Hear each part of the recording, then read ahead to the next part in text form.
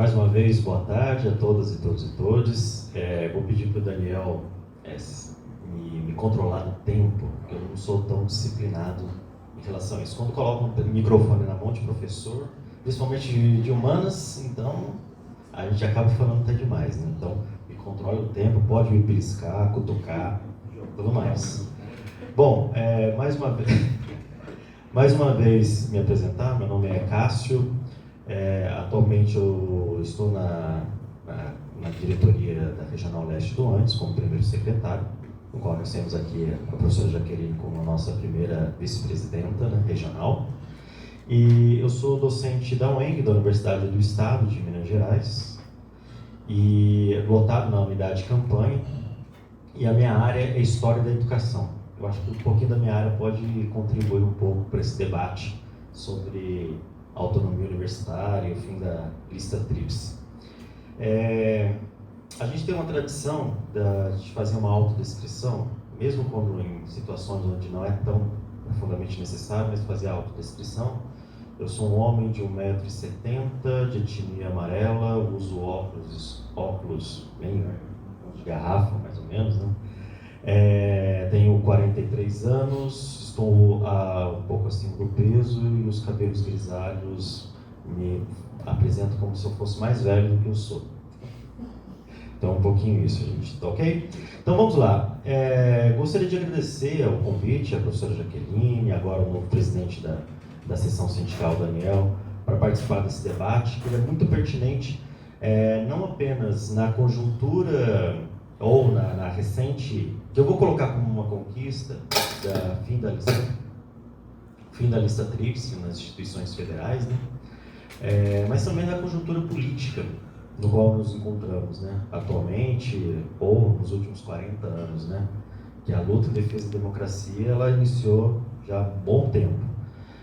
Quando nós falamos em autonomia universitária, quando nós falamos em eleição para reitoria das nossas instituições, nós estamos fazendo um debate também sobre o próprio processo de democratização da nossa universidade, que envolve não apenas essa autonomia, não apenas as eleições, mas também a inclusão e a construção de uma universidade realmente pública, de qualidade, socialmente referenciada, que esteja a serviço do povo brasileiro. Então é um debate muito amplo que nós precisamos fazer. Mas a gente precisa também ter uma compreensão de que, infelizmente, do ponto de vista histórico, eu vou puxar um pouquinho a sardinha da minha área, né? Do ponto de vista histórico, a universidade brasileira, a universidade pública brasileira, ela não foi construída sobre bases democráticas. Se a gente for analisar desde os cursos superiores, as faculdades criadas do século XIX, passando pelo novo perfil que começou a se constituir a partir da Primeira República, com a nova legislação do decreto das universidades do ensino superior brasileiro de 1931, com a reforma Francisco Campos, a gente vai ver o caráter profundamente elitista da nossa universidade. Uma universidade brasileira construída pelas elites para as elites, para a formação dessa elite intelectual, cultural, política, social, econômica. Se essa universidade que tem suas raízes históricas, no seu caráter elitista, lógico que a democracia ela vai ser bastante falha no quesito do que é o conceito de democracia que nós defendemos. Então, nós precisamos ter essa clareza. Lógico que, se a gente analisar o processo histórico da universidade brasileira, nós vamos ver o início do debate da democratização dessa instituição a partir dos anos 40, vai se fortalecer nos anos 50 e dando passos bastante volumosos para uma massa crítica nos primeiros anos da década de 60. O historiador do ensino superior brasileiro, Luiz Antônio Cunha, aponta, né, que o marco do avanço desse debate de uma universidade diferente, fugindo dessas raízes elitistas, se deu com a fundação da Universidade de Brasília, a UNB. Lógico, se a gente for analisar profundamente, a UNB, diante de algumas propostas, diante do que aconteceu, mesmo naquele início, a gente tem sérias críticas, mas do ponto de vista histórico, é colocado como marco. E esse processo de debate, de democratização da universidade pública, de construção de uma universidade popular, que se dava nos movimentos sociais, se dava por meios intelectuais, teve um papel bastante protagonista do movimento estudantil, da UNE nesse período.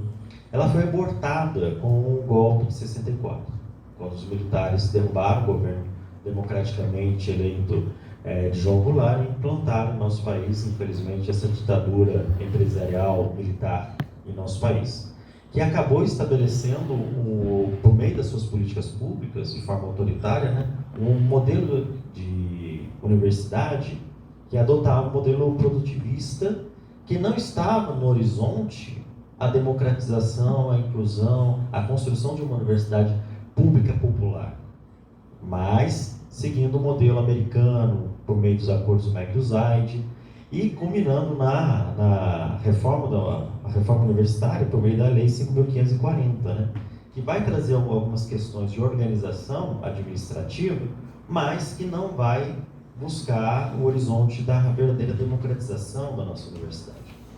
Aí temos o fim da ditadura civil-militar, o debate retomou dessa democratização no final dos anos 70, dos anos 80, e é importante ressaltar o papel importante do ANDES, na época da ANDES, né, da Associação Nacional dos Docentes do Ensino Superior, no debate, no fortalecimento desse debate da democratização da universidade, que passa pela autonomia universitária, que passa por instrumentos democráticos de eleição de sua gestão, e que, de certa forma, vai culminar, junto com o debate com outros movimentos sociais em torno do universo acadêmico, no artigo 207 da Constituição Federal de 88, que o Sérgio colocou muito bem aqui, descreveu e analisou para a gente aqui.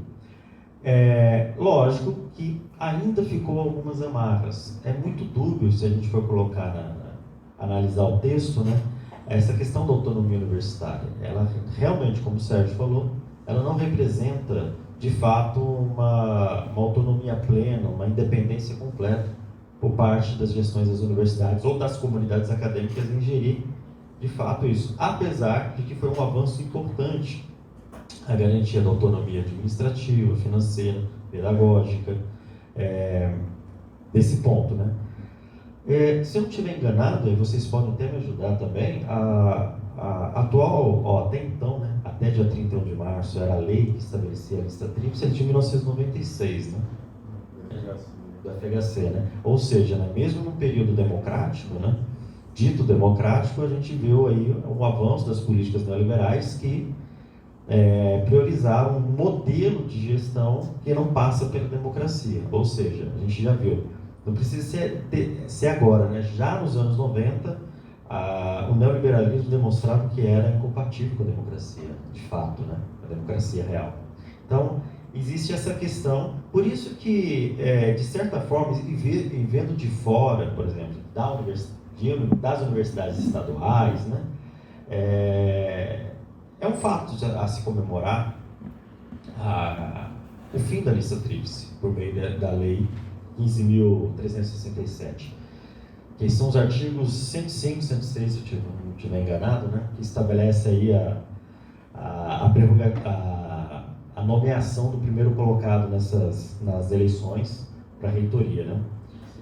Mas aí eu gostaria de aproveitar esse momento para trazer, até a Jaque estava falando sobre autonomia no começo da fala dela, aqui na abertura da Assembleia, sobre autonomia universitária, e que, de certa forma, nas instituições federais, elas não está perfeito, mas está mais consolidado, mais avançado do que nas universidades estaduais, nas universidades municipais, nem se fala, né? Está mais consolidado. Por isso que, diante disso, a gente gostaria de trazer um pouco o exemplo das universidades estaduais, mais especificamente das universidades estaduais mineiras, né? Que nós temos duas aqui em Minas Gerais, que é a UENF, a Universidade do Estado de Minas Gerais, no qual eu sou docente, e a nossa irmã, a Unimontes, a Universidade Estadual de Montes Claros, né? Só para a gente ter uma clareza. Na nossa Constituição Estadual daqui de Minas Gerais, de 1989, também tem o artigo 199, que estabelece a autonomia universitária. cujo caput da lei, do artigo, né, também segue essa linha da Constituição, né, do artigo 207. Porém, logo em seguida, nos parágrafos seguintes, tem os condicionantes. E esses pequenos entraves é o que estabelece, por exemplo, que na concretude da nossa realidade, né, não tenha uma autonomia universitária verdadeira na UENG e na Unimontes aqui em Minas Gerais. E em várias reuniões que nós já tivemos com o governo do estado, com a CEPLAG, com a Secretaria de Educação, com a reitoria, sempre foi jogado nas nossas caras que realmente não tem autonomia universitária, que nós não podemos ter o poder de decisão em vários aspectos. Eu acho que a única autonomia que, por enquanto, ainda está sendo respeitada e ainda é criticada na nossa atual conjuntura é a autonomia pedagógica. E mesmo assim, a extrema-direita, por meio de seus representantes na Assembleia Legislativa e em outros espaços públicos, políticos, né, tem atacado a universidade, no caso específico, a UENG e a Unimontes, né? Mas, por exemplo, nós não temos autonomia para que o Conselho Universitário e a gestão da universidade conceda dedicação exclusiva para os docentes que desejam as DS. A gente não tem essa autonomia. Entre outras coisas, eu tive até um caso muito pessoal, porque a gente tem uma resolução que permite o financiamento para participação em eventos acadêmicos, nacionais e internacionais. Só que quando fala em eventos internacionais, a universidade ela não tem autonomia final para conceder, e que passa para a CEPLAG, para o Conselho de Finanças, o CONFIN. E no ano passado, por exemplo, de acordo com as conjunturas políticas, no ano passado nós tivemos aí uma tentativa nefasta de acabar com a UENG, extinguir basicamente a UENG por meio da falácia de uma federalização que na verdade na letra da proposta não era. Diante dessa conjuntura, todos os financiamentos de participação de eventos internacionais foram negados, inclusive a minha, que eu tinha que apresentar um trabalho na Argentina, foi negado. E sim, sem explicação por quê, mesmo tendo o orçamento previsto, já no orçamento da UENG, na LOA que foi votada, não foi permitido. Ou seja, isso é um sinal que demonstra, um exemplo, né, que demonstra que não existia essa autonomia de fato por parte da UENG, né? Por isso que é uma bandeira histórica das seções sindicais que representam a categoria docente nessas duas universidades, a do UENG e a do Unimontes, a luta por essa autonomia universitária que é vagamente citada na Constituição Estadual. Por isso, foram anos de embate até que no ano passado, diante de uma grandiosa luta que nós fizemos, inclusive garantimos aí a sobrevivência da nossa universidade, derrotamos o governo Zema no ano passado, e graças à mobilização do UENG e da Unimontes foi protocolado a PEC 59. Essa PEC, essa proposta de emenda constitucional, que foi apresentada pela deputada estadual Beatriz Cerqueira, propõe corrigir o artigo 199 e garantir, de fato, essa autonomia universitária, tanto para a UENG quanto para a Unimontes. Tem uma outra questão muito importante sobre a autonomia financeira, que a gente só pode ter, de fato, uma autonomia financeira se tiver garantido um orçamento necessário para as nossas universidades. E no caso de Minas Gerais, para as universidades estaduais, é um problema gigantesco. Os nossos orçamentos são muito baixos, e há um desrespeito, inclusive, à própria Constituição Estadual, que define, por exemplo, 2% do orçamento do Estado anual para as duas universidades. Porém, desculpa se eu estiver equivocado, eu sempre confundo. Foi no governo Azeredo, no governo Aécio Neves, né? É fácil confundir nesses casos, né? É fácil confundir, né? Que eles conseguiram uma DIN, uma ação direta de inconstitucionalidade, para não respeitar essa determinação da Constituição Estadual. Ou seja, muitas vezes nós ficamos refém desses baixos orçamentos e que, na conjuntura atual, ficamos refém, muitas vezes, das emendas parlamentares. Eu acho que tem parte da categoria ainda não entendeu essa questão, mas as emendas parlamentares, devido ao baixo orçamento destinado às universidades, tem sido uma coleira política no qual nos coloca sobre a dependência, sobre o beijamão de deputados, seja estaduais, seja federais, que a gente, na hora de tentar resolver os problemas, né, pontuais da nossa universidade, nós precisamos ficar passando o pires, e que, na verdade, sucumbe a universidade aos interesses privados dos mandatos parlamentares. Ao invés de a gente lutar para aumentar o orçamento e garantir a autonomia financeira, muitas vezes a gente é refém dessas situações das emendas parlamentares. Lógico, alguém pode até questionar, não sei se está sendo gravado, ao questionar, nossa, está sendo contra as emendas parlamentares que ajudam aqui o nosso projeto, que ajuda a nossa unidade, que ajuda o nosso departamento, mas a gente tem que colocar esse dedo na ferida e colocar essa questão em debate. Né? Quanto está o tempo? Nossa, 15? Gente, passou só 3 minutos. Bom, beleza. Então, nós tivemos essa PEC que foi apresentada no passado, que ainda estamos esperando para votação, e iniciou-se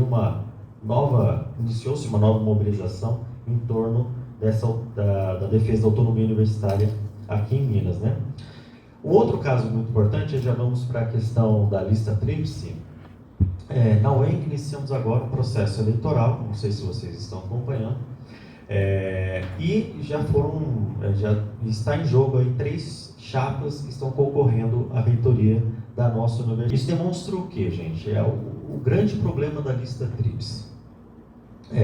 No caso daqui de Minas Gerais, na Unimontes, na Universidade Estadual de Montes Claros, o atual reitor não é o primeiro colocado na última eleição, ou consulta à comunidade acadêmica. Não foi o primeiro colocado, foi o segundo colocado. Isso demonstra muito bem a situação no qual nós vivemos aqui. A mesma coisa pode acontecer na nossa universidade, na UENG, de não ser respeitada a decisão da comunidade acadêmica. Por isso que a seção sindical, a do UENG, está iniciando uma campanha, inclusive nesse momento está tendo uma reunião conjunta da diretoria executiva e diretoria colegiada para definir os marcos dessa luta em defesa do respeito à decisão da comunidade acadêmica no governador a nomear, que é o atual, era o então vice-governador Matheus Simões, nomear aquela chapa que foi escolhida pela comunidade acadêmica, né?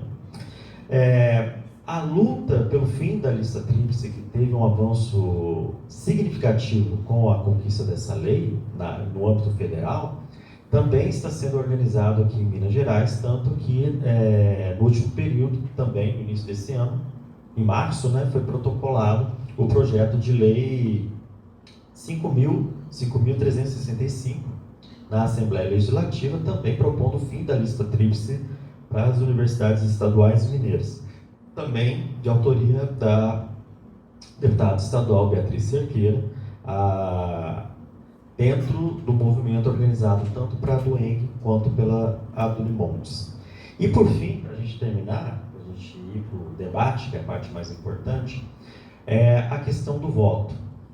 O Sérgio colocou muito bem a posição do Andes, que é em relação à proposta ou do voto paritário, no mínimo, né, ou do voto universal. E na nossa universidade nem isso nós temos, viu, Sérgio? Nem o voto paritário a gente tem. Nas regras atuais, inclusive é importante o amadurecimento desse debate no âmbito da comunidade acadêmica e que repercuta no Conselho Universitário. Eu também sou membro do Conselho Universitário, que a gente possa conquistar nessas eleições, infelizmente não dá, mas para as próximas eleições, uma futura estatuinte da nossa universidade, o voto paritário também, no mínimo, né? 1/3 docentes, 1/3 técnicos administrativos, 1/3 estudantes. Na nossa universidade, olha só como é que é a situação. Não são 3 categorias de colégio eleitoral, são 4, e com pesos diferentes. Quais são essas categorias? Primeiro, docente, que representa um peso 0,50. Segundo, conselheiro do CONUM e do COEP, olha só, que também são docentes, têm representação técnica, estudantil, mas são mas tem, vota, ou seja, com o mesmo peso, 0,5, coisa doida, né, gente?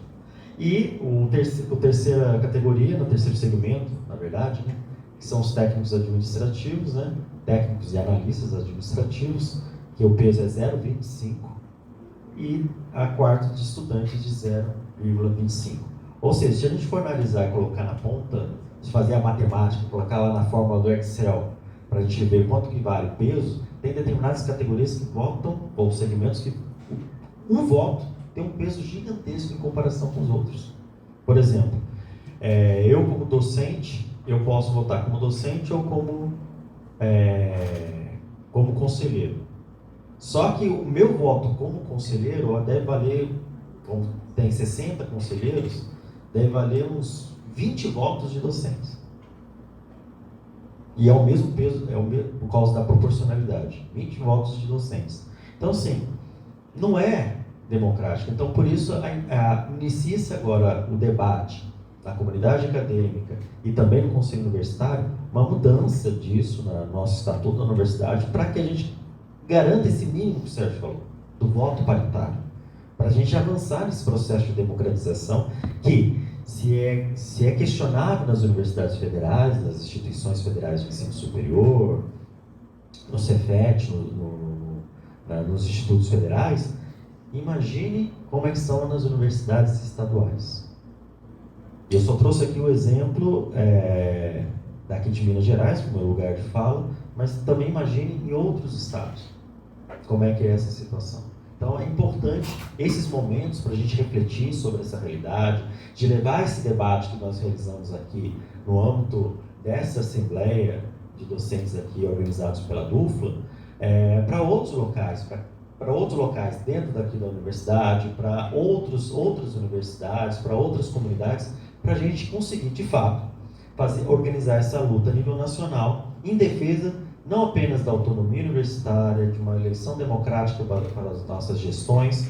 E gestões eu falo incluindo reitoria, diretorias de faculdade, de unidades acadêmicas, de campi, mas também avançar na democratização de nossa universidade. Democracia é essa que passa, inclusive, pela inclusão e construção de uma universidade realmente pública, popular, gratuita e socialmente referenciada a serviço do povo trabalhador brasileiro. Muito obrigado, gente.